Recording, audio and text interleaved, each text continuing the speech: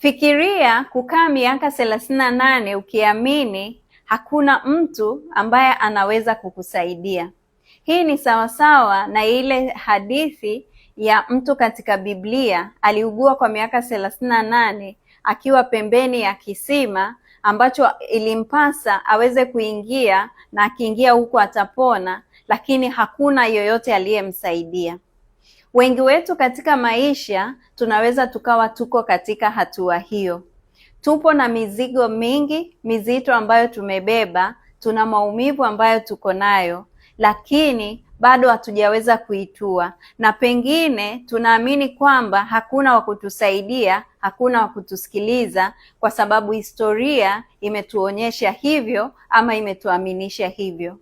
Watu wengi tunatembea na maumivu ambayo watu wengine hawayaoni, na ni muhimu tuweze kufahamu hata kama tuna mzigo wa maumivu na hayaonekani, suluhu ni kutafuta msaada. Suluhu ni kuweza kutambua na kukubali kwamba unahitaji msaada, na kuweza kuomba msaada, na kuweza kuona hata msaada unapokuja, kwa sababu mwisho wa siku mtu yule kwenye Biblia Yesu alivyokuja alimwambia nyanyuka na sasa umepona. Asante.